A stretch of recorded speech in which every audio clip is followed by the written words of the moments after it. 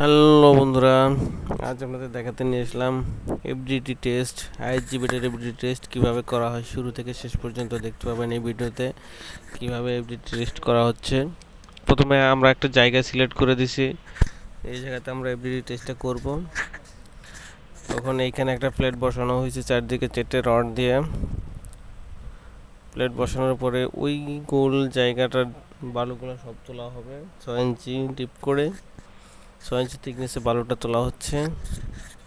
এই যে বালু কেটে সমানভাবে চারদিকে সুন্দরভাবে কেটে বালু তোলা হচ্ছে। আমাদের জাভেদ সাহেব বালু তুলতেছে,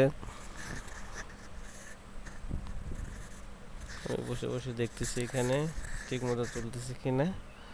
এর মাঝে ভিডিওটা করে ফেলছি। এখন এলাকার লোকজন অনেক দাঁড়িয়ে আছে, দেখতেছে সবাই। বালু তোলার শেষের দিকে প্রায়